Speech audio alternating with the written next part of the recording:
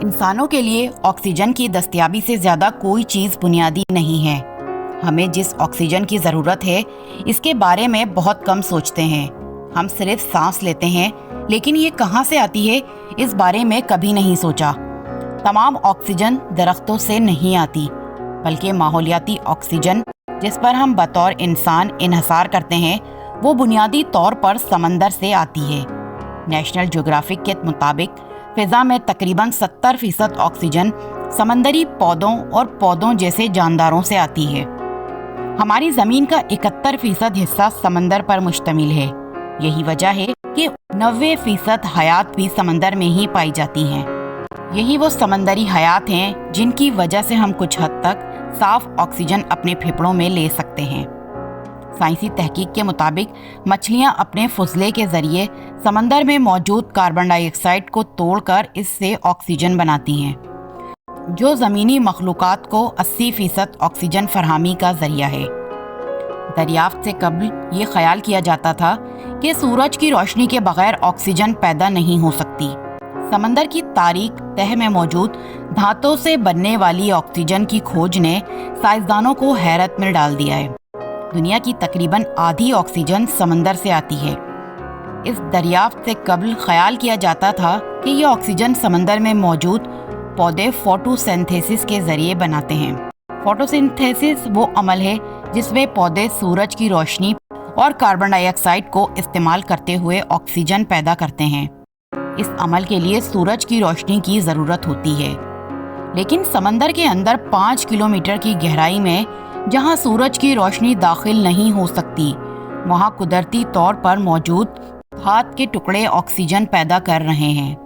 دھاتوں کے ٹکڑے سمندری پانی سے مل کر ایک قدرتی کیمیائی رد عمل پیدا کرتے ہیں، جس کے نتیجے میں سمندر کا پانی ہائیڈروجن اور آکسیجن میں تقسیم ہو جاتا ہے۔ کئی کان کنی کی کمپنیاں سمندر کی تہہ سے دھاتوں کو نکالنے کا ارادہ رکھتی ہیں، جس سے سائنسدانوں کو خدشہ ہے کہ آکسیجن پیدا کرنے کے اس عمل میں خلل پڑ سکتا ہے اور اس سے سمندری حیات کو بھی نقصان پہنچ سکتا ہے، جن کی بقا ان سے پیدا ہونے والی آکسیجن پر منحصر ہے۔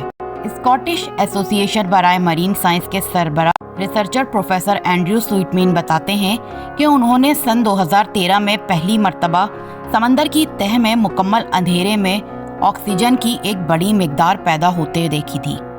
وہ کہتے ہیں، میں نے اس چیز کو بالکل نظر انداز کر دیا کیونکہ مجھے سکھایا گیا تھا کہ آکسیجن فوٹو سینتھیسس کے ذریعے ہی پیدا ہو سکتی ہے۔ BBC نیوز کو انہوں نے بتایا کہ بالآخر مجھے احساس ہوا کہ میں کئی برسوں سے اتنی بڑی ممکنہ دریافت کو نظر انداز کر رہا تھا۔ پروفیسر اینڈریو اور ان کے ساتھیوں نے ہوائی اور میکسیکو کے درمیان گہرے سمندر کے ایک بڑے علاقے میں ریسرچ کی جو ان دھاتی ٹکڑوں سے ڈھکا ہوا ہے۔ دھات کے یہ ٹکڑے اس وقت تخلیق پاتے ہیں جب سمندری پانی میں تحلیل شدہ دھاتیں کسی سیپ یا ملبے پر جمع ہو جاتی ہیں۔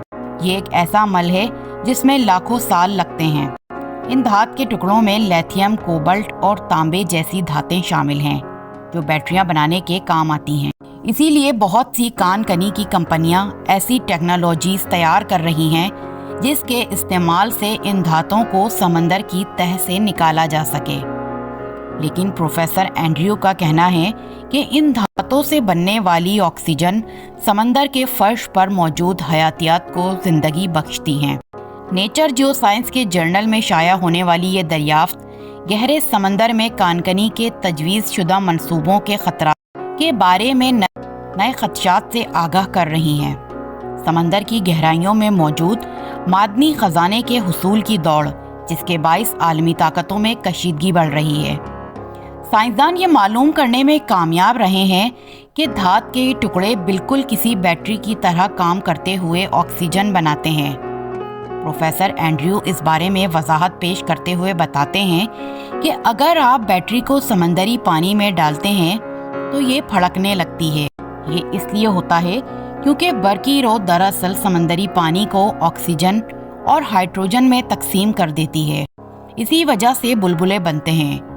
ان کے خیال میں دھات کے ٹکڑے بھی قدرتی بیٹری کے طور پر یہ کام کرتے ہیں۔ وہ کہتے ہیں کہ یہ بالکل کسی ٹارچ کی بیٹری کی طرح ہے۔ اسی طرح سمندر کی تہہ میں بکھرے یہ دھات کے ٹکڑے بھی ایک دوسرے کے ساتھ رابطے میں ہوتے ہیں اور متعدد بیٹریوں کی طرح ایک ساتھ مل کر کام کرتے ہیں۔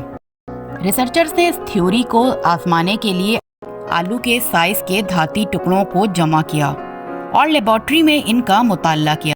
ان تجربات کے دوران سائنسدانوں نے ہر دھاتی گانٹھ کی سطح پر وولٹیج کی پیمائش کی، جس سے ان میں موجود برقی رو کی طاقت کا پتہ چلا۔ انہوں نے پایا کہ یہ لگ بھگ ایک AA سائز کی بیٹری جتنا وولٹیج پیدا کرتی ہیں۔ سائنسدانوں کے مطابق دھات کے یہ ٹکڑے بآسانی اتنی برقی رو پیدا کرتے ہیں جس سے سمندری پانی کے مالیکیولز کو تقسیم یا الیکٹرولائٹس کا عمل مکمل کیا جا سکے۔ ریسرچرز کا خیال ہے کہ ایسا عین ممکن ہے کہ اس طرز کا کوئی عمل چاند یا دوسرے سیاروں پر ہو رہا ہو، جس سے وہاں آکسیجن پیدا ہو رہی ہو اور وہاں کا ماحول جینے کے لائق ہو۔ سمندر کے جس حصے میں یہ دریافت ہوئی ہے وہاں پہلے ہی سمندر میں کانکنی کرنے والے متعدد کمپنیوں نے اپنی تلاش کا آغاز کر دیا ہے۔ یہ کمپنیاں ان دھاتوں کو نکال کر زمین تک لانے کے لیے ٹیکنالوجی تیار کر رہی ہیں۔ US national oceanographic and atmospheric administration نے خبردار کیا ہے کہ سمندری تہہ میں کانکنی وہاں موجود حیاتیات کے لیے تباہ کن ثابت ہو سکتی ہے۔ 44 ممالک سے تعلق رکھنے والے 800 سے زائد سائنسدانوں نے سمندر میں کانکنی کی سرگرمیوں کو روکنے اور اس سے پیدا ہونے والی ماحولیاتی خطرات سے آگاہی پیدا کرنے کے لیے ایک پٹیشن پر دستخط کیے ہیں۔ آئے دن گہرے سمندر میں کوئی نئی دریافت ہوتی رہتی ہے۔ حالیہ دریافت سے پتہ چلتا ہے کہ دھات کے یہ ٹکڑے وہاں موجود زندگی کو سہارا دینے کے لیے آکسیجن فراہم کر رہے ہیں۔ یونیورسٹی آف ایڈنبرا کے مرین بایولوجسٹ پروفیسر میرے رابرٹ ان سائنسدانوں میں سے ایک ہیں جنہوں نے سمندری تہہ میں کانکنی کے خلاف پٹیشن پر دستخط کیے ہیں۔ انہوں نے BBC نیوز کو بتایا کہ پہلے ہی کافی شواہد موجود ہیں کہ گہرے سمندر کی ان دھاتوں کی کانکنی سے وہ ماحولیاتی نظام تباہ ہو جائے گا جسے ہم بامشکل سمجھتے ہیں۔ دھاتوں کے یہ فیلڈز ہمارے سیارے کے اتنے بڑے علاقوں پر پھیلے ہوئے ہیں اور یہ جانتے ہوئے بھی کہ یہ آکسیجن کی پیداوار کا ایک اہم ذریعہ ہو سکتے ہیں۔ سمندر میں کانکنی کی اجازت پاگل پن ہوگا۔ سر اینڈریو مزید کہتے ہیں ان کے خیال میں یہ تحقیق کوئی ایسی نہیں ہے جو کانکنی کو ختم کر دے، لیکن ہمیں مزید تحقیق کرنے کی ضرورت ہے۔ اگر ہم گہرے سمندروں میں ممکنہ حد تک ماحول دوست طریقے سے کانکنی چاہتے ہیں تو ہمیں اس تمام معلومات اور مستقبل میں حاصل ہونے والے ڈیٹا کی ضرورت پڑے گی۔